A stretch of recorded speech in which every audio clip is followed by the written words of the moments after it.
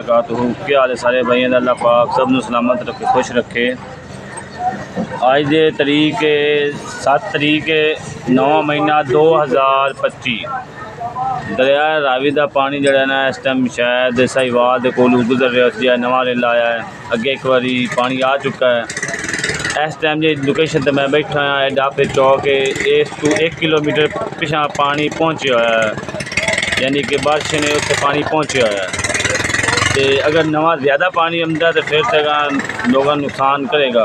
जो हम पिछा रेला आ रहा है वो जो नाल दरिया रावी की बेल्ट के उत्ते लोग हैं उन्होंने वो पानी फिर जाना है, क्योंकि नाल रस्ता बनया है, पानी नू पता है कितने जाना है, उन्होंने रस्ते का सारा पता है। दरिया रावी नू सारी लोकेशन का उन्होंने पता है। अगे वो भुल गया लोकेशन, क्योंकि पता नहीं है। हूँ उत्थे उत्थे चला गया थी जिते 88 वाले सैलाब नहीं गया सी, वो उत्थे उत्थे भी पहुँच गया है।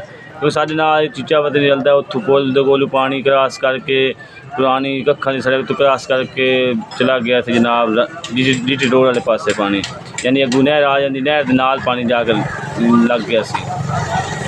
उस तो बाद अल्लाह खैर तो रखे, इतों लग के तकरीबन 30 किलोमीटर मामू कांजन हो गया, कमालिया हो गया, उस तो बाद दरबार सलाहदीन नाल बेल्ट नाल अरबा खरबा रुपए की फसल जी ना बर्बाद हो गई। अरबा खरबा रुपए की अगर उन्होंने को चलो नाल कोई बन बने होंगे ना तो शुदा ने कोई बचत हो जाती, लेकिन नहीं, बन हाँ नहीं कोई सिस्टम ही कोई नहीं है बन का। तो बन भी होवे तो भी रावी ने इस बारी तोड़ के रख दिते ने बन भी। तो उस तो बाद 1 किले के खर्चा आ गया 1 लाख रुपया, ठेकेदार ने 1.5 लाख रुपया ठेका लिया सी। अगर 30 किले ने लाया उन्हें उनका करोड़ रुपया तो उड़ गया है। पानी बस इंज फिरया उनका 1 करोड़ उड़ गया।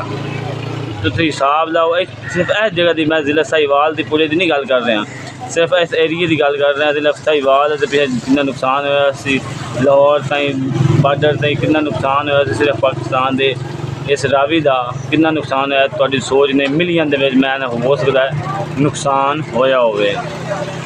आगामी जाके हैड सदाई तो अब्दुल हकीम के पानी थले जाके गिरता है, क्योंकि उतों एक रजवाया टपदा है। जो रजवाया है ना वो फिर अगू आ जाता है, पुल आ जाता है, पुल बचाने वास्ते फिर उन्हें पिछू वो बन जरा तोड़ दिता। तो एक थोड़ा जहा तोड़िया, 3 एकड़ टुट गया उस बन।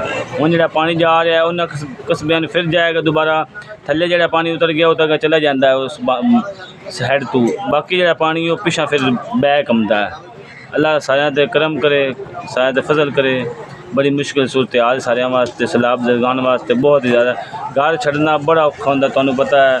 कोई परदेस होवे तां औखा है, उन्होंने वास्ते परदेस ही है। घर अजे भी घर जावन दे कोई इम्कान नहीं है, क्यों पानी फिर आया हुआ है। अल्लाह पाक सब ते रहम करो, दुआ करो ये साडे तो आफत टल जाए, ताकि हर कोई अपने घर जाए, सुख का साह लवे। लेकिन मुश्किल गल है, क्योंकि अजे तो पानी फिर आया हुआ, वो कदे देखो महीने लेंदा है, 2 महीने लेंदा है, कितने दिन लेंदा है। तो बारिशें भी शुरू हो गई हैं, बारिशों का निज़ाम भी शुरू फिर हो गया। देख लो बारिशें फिर शुरू हो गई हैं, ठीक है।